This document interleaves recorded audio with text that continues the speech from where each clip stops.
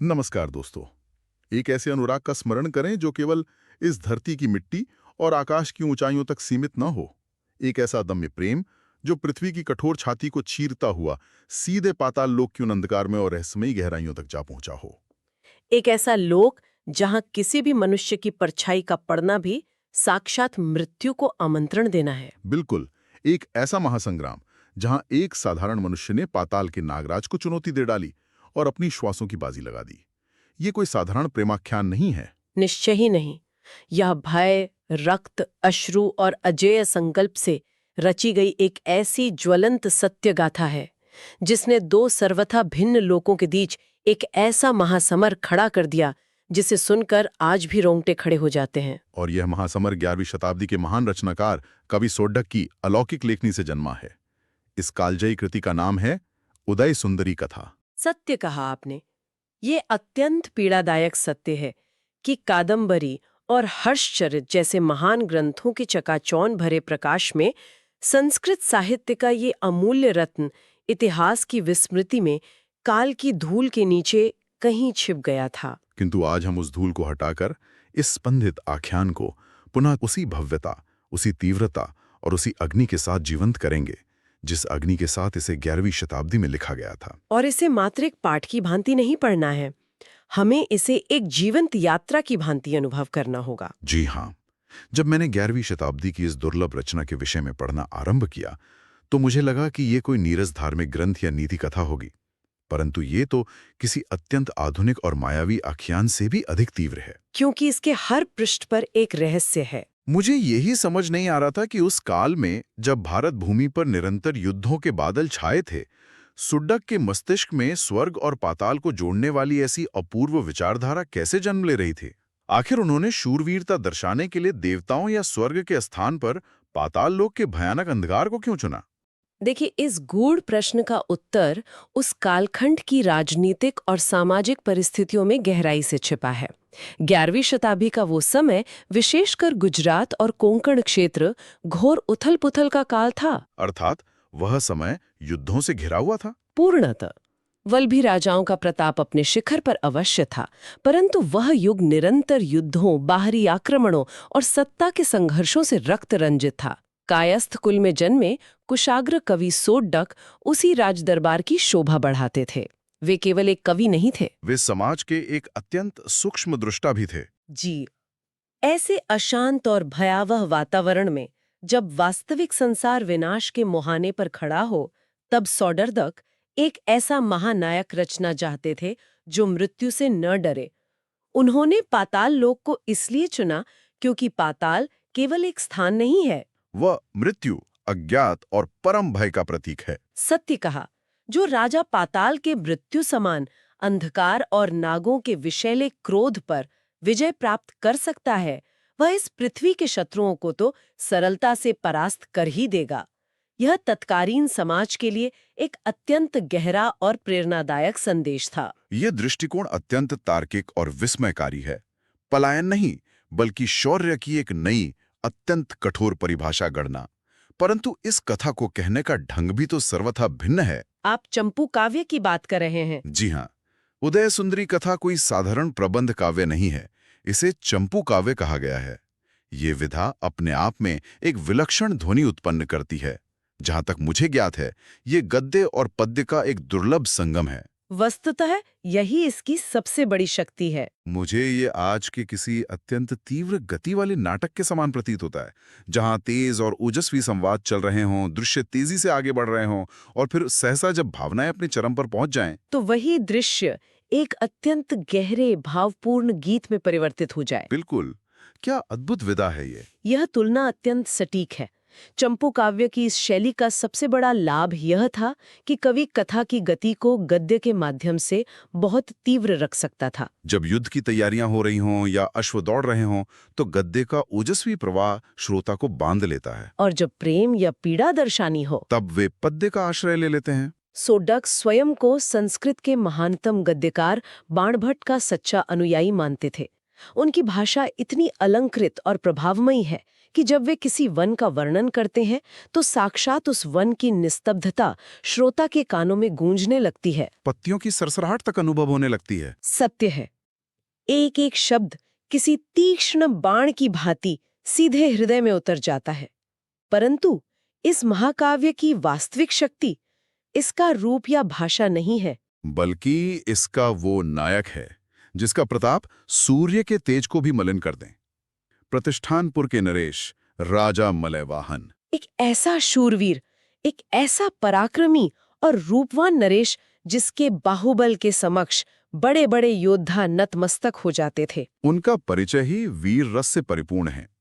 वे केवल एक राजा नहीं बल्कि साक्षात शौर्य के अवतार हैं, और यहीं से इस महाकाव्य में वो गति आती है जो हृदय की धड़कनों को बढ़ा देती है। क्योंकि कथा का आरंभ एक अत्यंत रहस्यमयी और रोमांचक घटना से होता है। जी, एक दिन राजा मलयवाहन गहन वन में आखेड़ के लिए निकलते हैं। उनके साथ उनकी विशाल और अजेय सेना है जिसका कोलाहल दिशाओं को गुंजायमान कर रहा है। परंतु तभी उनके समक्ष एक अत्यंत मायावी और अद्भुत मृग प्रकट होता है। ये कोई साधारण पशु नहीं था।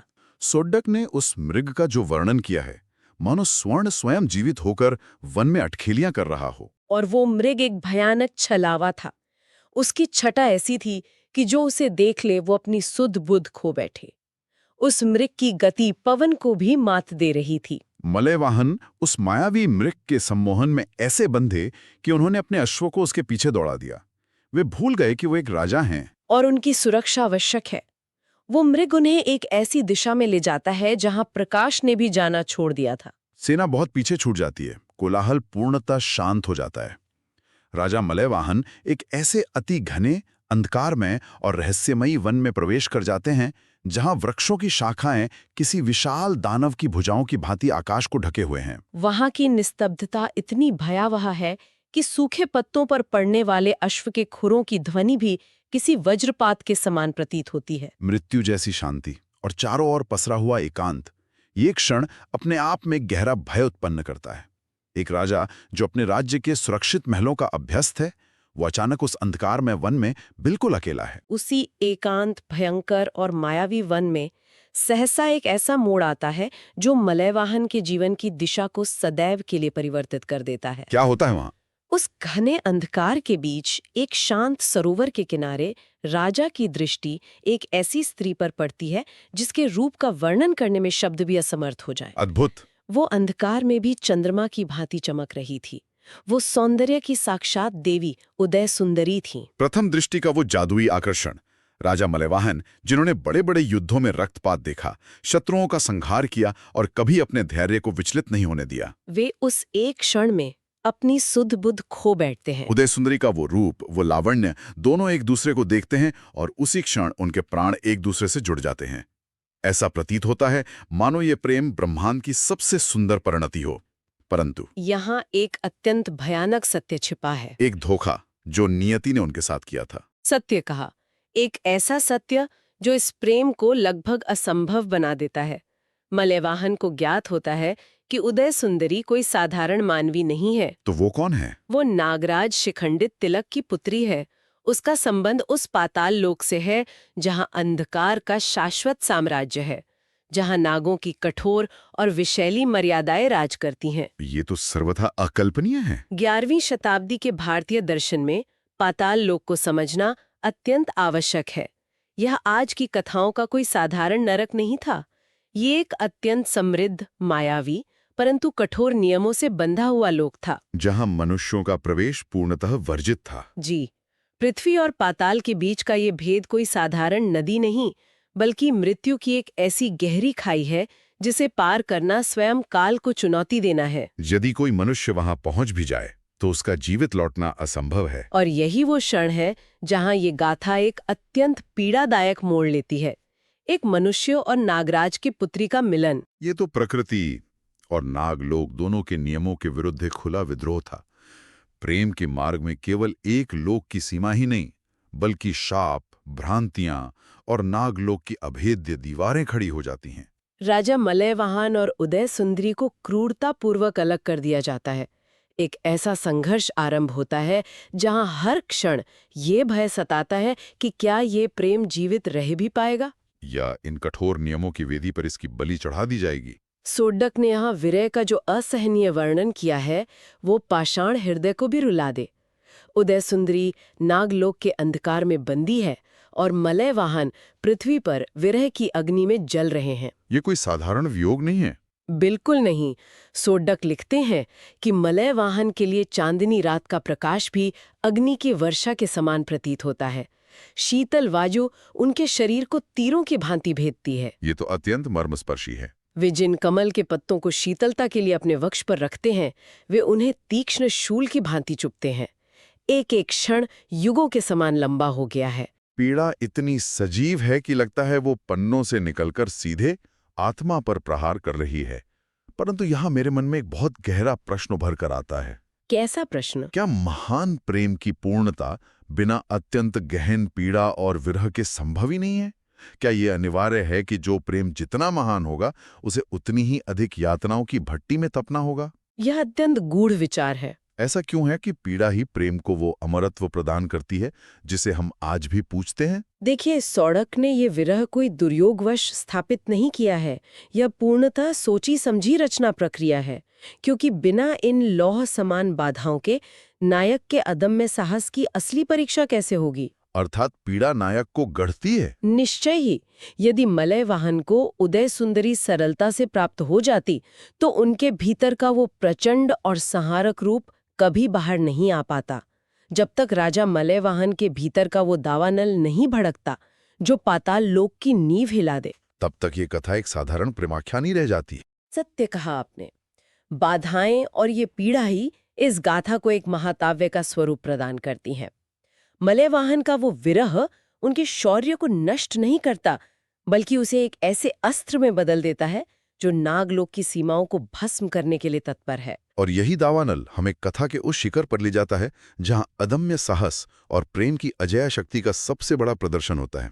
राजा मलयवाहन हार नहीं मानते। वे अपनी उदय सुंदरी को उस पाताल के अंधकार में घुटने के लिए तनिक भी प्रस्तुत नहीं है। वे हताशा को त्यागते हैं, अपनी खड्ग उठाते हैं, अपने प्राणों की बाजी लगाते हैं और नागलोक की ओर प्रस्थान करते हैं।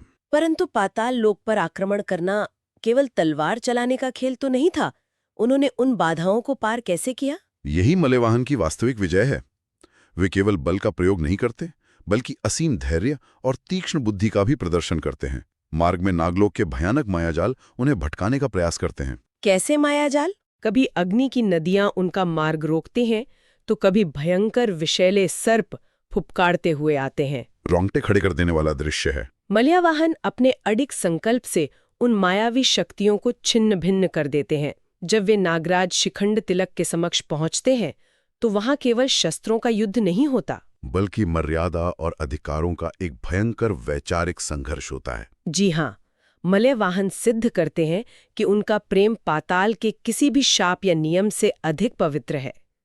उनका ये अदम्य साहस, मृत्यु का भय न होना और उदय सुंदरी के प्रति उनका पूर्ण समर्पण ही अंततः नागराज के कठोर अभिमान को नतमस्तक कर देता है। वह क्षण सचमुच रक्त में उबाल ला देने वाला है। नागलोक का अंधकार और उनका अहंकार एक साधारण मनुष्य के प्रेम और शौर्य के समक्ष घुटने टेक देता है। और अंततः वह महान मिलन होता है, राजा मल्यवान और उदय सुंदरी का पुनर्मिलन, जो केवल दो प्राणियों का मिलन नहीं बल्कि दो लोकों का, पृथ्वी और पाताल का एकाकार है। यह क्षण अत्यंत भव्य और भावनाओं के महासागर को मथ देने वाला है। और इस भव्यता को सोड्डक ने जिस साहित्यिक सौंदर्य के साथ प्रस्तुत किया है वो अद्वितीय है। उनकी कल्पना शक्ति कोई साधारण उड़ान नहीं भरती। प्रकृति का वर्णन तो उन्होंने अद्भुत किया है। निश्चय ही। जब वो वन, सरोवर और चांदनी रात का वर्णन करते हैं तो ऐसा प्रतीत होता है मानो प्रकृति स्वयं अपने पूर्ण श्रृंगार में हमारे समक्ष उपस्थित हो गई हो। उस एकांत वन का रहस्य, सरोवरों में खिले कमलों का सौंदर्य और चांदनी रात की वह रूपहली आभा, ये सब केवल शब्द नहीं बल्कि जीवंत चित्र हैं। और इन सब से बढ़कर मुझे जिस बात ने आश्चर्यचकित किया वो है उदय सुंदरी का नखशिख वर्णन। वो तो इस कृति का आभूषण है। मैंने सुना है कि कवि सोड्डक ने उस नाग राजकुमारी के सौंदर्य को उकेरने के लिए उपमाओं की जो वर्षा की है वह अकल्पनीय है।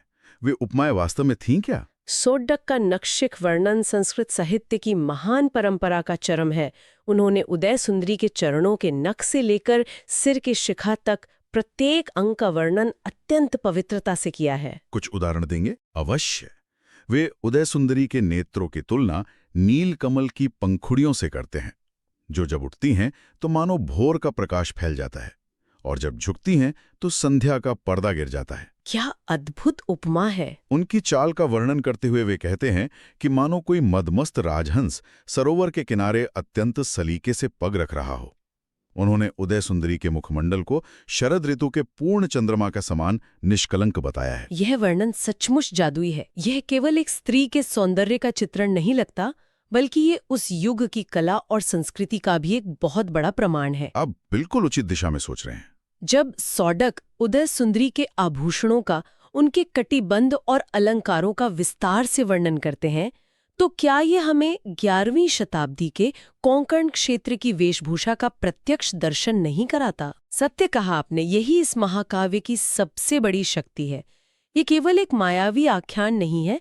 सौडक ने इस कथा में वेशभूषा और आभूषणों का जो वर्णन किया है, उससे हमें आज ये पता चलता है कि उस समय कोंकण के लोग किस प्रकार के कुंडल, हार और कंगन पहनते थे। तो तत्कालीन समाज के विश्वास, राजदरबार की परंपराएं, राजाओं का आखेट पर जाना और यहाँ तक कि भौगोलिक स्थिति, ये सब इस कृति में एक जीवंत दर्पण की भांति प्रतिबिंबित होता है। स्वर्ग, पृथ्वी और पाताल के बीच रची गई ये बहुआयामी दुनिया उस काल के समाज का एक संपूर्ण चित्र प्रस्तुत करती है। ये धरोहर हमें हमारी समृद्ध सांस्कृतिक विरासत का स्मरण कराती है। ये दिखाती है कि प्राचीन भारतीय लेखकों की रचनात्मकता कितनी अनंत और असीमित थी। उन्होंने उन लोगों तक अपनी लेखनी पहुंचा दी थी जहां विज्ञान और दृष्टि की पहुंच भी असंभव प्रतीत होती है। आज के समय में हम जिन विदेशी मायावी कथाओं को देखकर आश्चर्यचकित होते हैं, 11वीं शताब्दी का ये महाकाव्य उन सभी को बहुत पीछे छोड़ देता है। ये उस गौरव का विषय है जिसे हमने कहीं अंधेरे में छोड़ दिया था। और ये आख्यान हमें ये भी सिखाता है कि जो साहित्य भावनाओं की अकृत्रिम सत्यता पर आधारित होता है, वो कभी मृत्यु को प्राप्त नहीं होता। वो काल के प्रवाह में कुछ समय के लिए विस्मृत अवश्य हो सकता है, परंतु उसका विनाश कभी नहीं होता। शब्द कैसे सहस्राब्दियों तक भावनाओं को जीवित रख सकते हैं, ये एक ऐसा विचार है जो मस्तिष्क को शून्य कर देता है। 11वीं शताब्दी की किसी एकांत रात्रि में कवि सोड्डक ने भोजपत्र पर अपने हाथ से विरह, शौर्य और मिलन के जो चित्र खींचे होंगे, वे शब्द आज भी उसी तीव्रता के साथ हमारे भीतर श्वास ले रहे हैं। एक सहस्राब्दी बीत गई, साम्राज्य नष्ट हो गए, राजमुकुट धूल में मिल गए, पृथ्वी का स्वरूप बदल गया, परंतु मलयवाहन का वो अदम्य शौर्य और उदय सुंदरी का वो अमर प्रेम आज भी काल के प्रवाह में अटल खड़ा है। ऐसा प्रतीत होता है जैसे आज केवल एक कथा नहीं सुनी गई, बल्कि 11वीं शताब्दी के उस संपूर्ण युग को एक ही श्वास में जी लिया गया हो। अगर इस प्राचीन कथा और इसके मर्म ने हृदय को छुआ हो, या ऐसी प्रबल इच्छा हो कि संस्कृत के अन्य प्राचीन महाकाव्यों की कथाएं भी इसी प्रकार सामने आएं, तो विचार अवश्य साझा करें।